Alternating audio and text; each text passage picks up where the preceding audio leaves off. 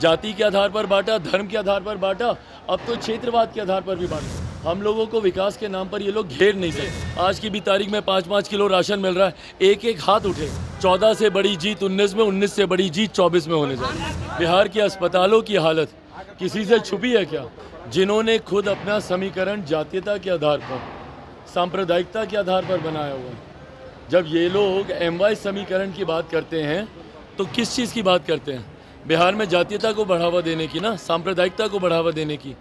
भाई मैं भी MY की बात करता हूँ, पर मेरे MY में महिला हैं और युवा हैं। जात पात धर्म मज़हब से उठकर जाति की नहीं, जमात की बात, हर जमात की, हर जाति हर धर्म की महिला है, जाति हर धर्म के युवा की हम लोग बात करते हैं।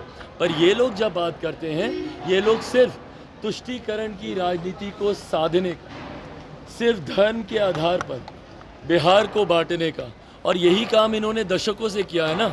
जाति के आधार पर बांटा, धर्म के आधार पर बांटा, अब तो क्षेत्रवाद के आधार पर भी बांटते हैं कि भाई ये बिहारी है तो ये यहाँ का नहीं है, ये वहाँ का नहीं है। आप जब एक बिहारी को बिहारी ही नहीं समझते हैं और आप पुस्तक पे ये बोल देते हैं कि ये तो दूसरे क्षेत्र का है, इस क्षेत्र का नहीं है, तो अब इससे ज़्यादा बांटने की राजनीति और कौन करेगा? हकीकत है पूरे चुनाव में विपक्ष के पास कोई मुद्दा नहीं है। हम लोगों को विकास के नाम पर ये लोग घेर नहीं सकते।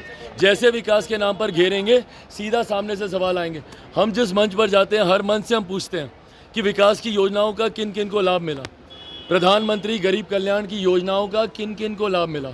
आप जाकर पूछिए किसी से, कितने लोगों को यहाँ पे आज की भी तारीख में 5-5 किलो राशन मिल रहा है, एक एक हाथ उठेगा।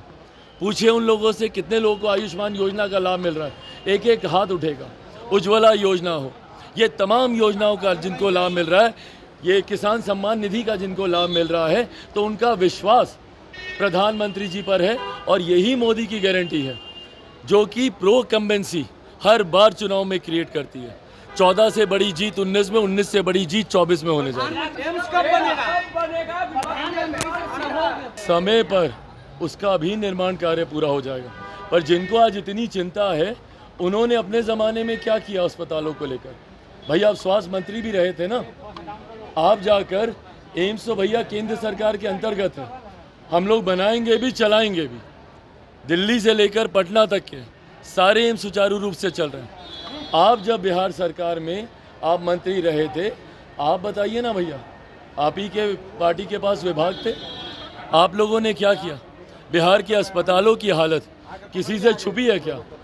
आपकी राज्य में सरकार भी थी, आप ही के परिवार के 2-2 मुख्यमंत्री रहे। ऐसे में बिहार की स्वास्थ्य सेवाएं क्यों नहीं बेहतर हो पाई? दूसरों पर उंगली उठाना बड़ा आसान होता है, पर अगर आज आप लोगों ने काम किए होते, और मैं दोनों से पूछ रहा हूँ, कांग्रेस से भी, 55 साल आपको मिले, अगर 55 साल केंद्र में आपने किया होता, 15 साल में अगर बिहार को आपने विकास की राह पर आगे लेकर गए होते, तो आज ये सवाल दूसरे से नहीं पूछने पड़ते। आज आप अपनी कामयाबियों के आधार पर आप चुनाव लड़ रहे हो।